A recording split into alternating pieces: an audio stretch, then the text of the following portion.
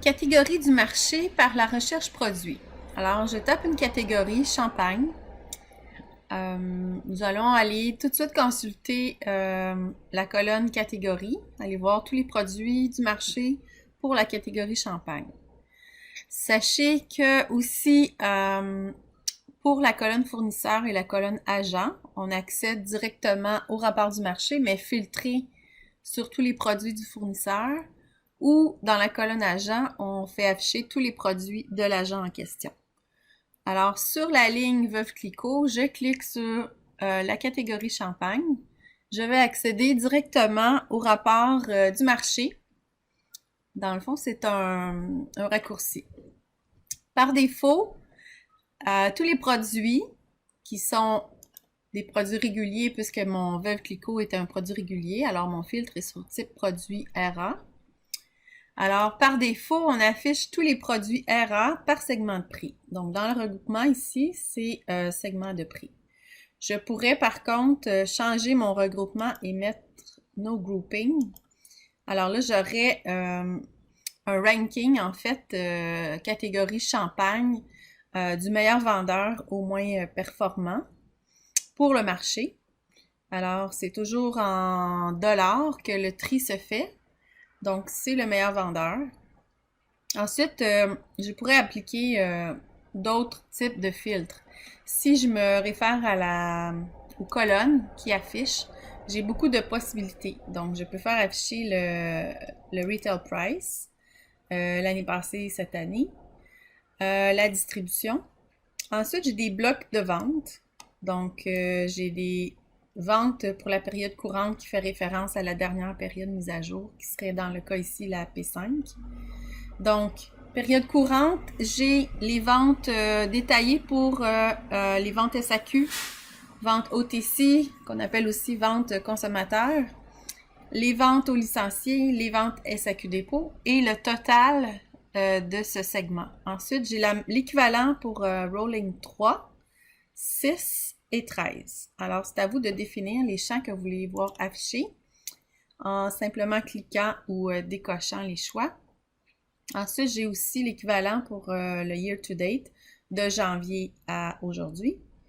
J'ai un historique 10 ans. J'ai aussi les ventes pour la période courante des 4 dernières semaines. J'ai les ventes par période de l'année passée et cette année. J'ai aussi l'option de faire afficher l'investissement pour chacun des produits, les investissements en termes de circulaires des promos corporatives. Les promos punch ne sont pas inclus dans les promos. Et ensuite, j'ai tout le calcul là, des parts de marché. Donc, à vous de faire les choix que vous voulez. Maintenant, on peut juste rafraîchir les choix qu'on vient de faire. Et si je reviens au niveau du champ regroupement, alors j'ai beaucoup de possibilités. Je peux y aller par type de produit, par cépage, par segment, par fournisseur, par sous-catégorie, ce qui fait référence aux appellations, par format, par pays, par brand, par catégorie, par couleur, par pastille de goût, selon la mention bio, origine Québec, par taux de sucre aussi, et aussi je peux faire afficher un regroupement par agent. Je peux changer ma mesure, caisse réelle 9 litres en dollars. Je pourrais changer le segment, je pourrais aller simplement consulter les spiritueux. Je rafraîchis. Alors, je change ma catégorie puisqu'il n'y a pas de correspondance. Je vais aller chercher, exemple, les gins. Alors là, je pourrais regarder uniquement les SA. Et je pourrais les classer par brand.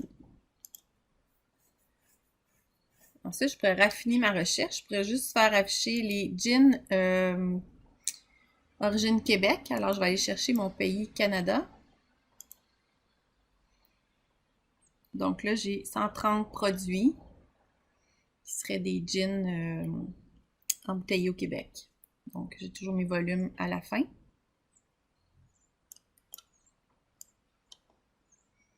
Et j'ai aussi les investissements que j'avais demandé au départ.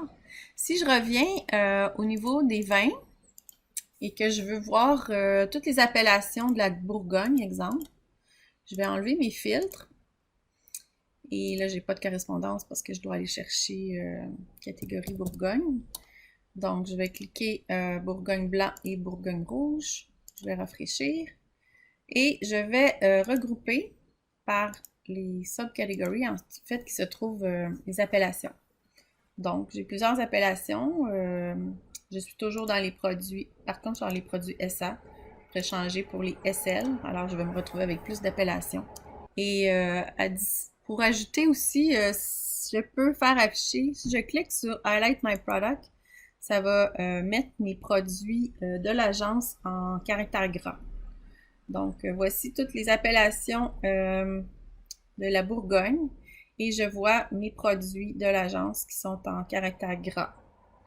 Alors, j'ai tous les totaux et les variations d'une année last year versus this year. Et quand vous positionnez votre curseur sur le titre, vous avez toujours en infobulle ce que veut dire la définition en fait. Puis vous pouvez aussi toujours retrier les colonnes. Si, exemple, je veux voir au niveau des ventes directes consommateurs, je veux trier par appellation du meilleur vendeur au moins performant. Je pourrais cliquer sur la colonne This Year. Alors là, j'aurai un tri descendant par appellation. Voilà. Additionné à ça, vous avez encore d'autres filtres. Vous pouvez toujours faire afficher uniquement les produits actifs ou vous pouvez inclure tout. Vous pouvez faire afficher, exemple, actifs, délistés avec des inventaires résiduels. Vous pouvez aussi aller chercher uniquement un format, exemple que je veux uniquement les 750 ml, entre 40 et 50 $. Alors, toujours la possibilité de faire tous les choix que vous voulez en appliquant des filtres. Donc, vous pouvez sauvegarder ce rapport dans vos favoris. Vous pouvez l'exporter en Excel, en PDF, défaire les fils que vous venez d'appliquer. Et le bouton préférence permet de sauvegarder les filtres qui auront été sélectionnés en colonne.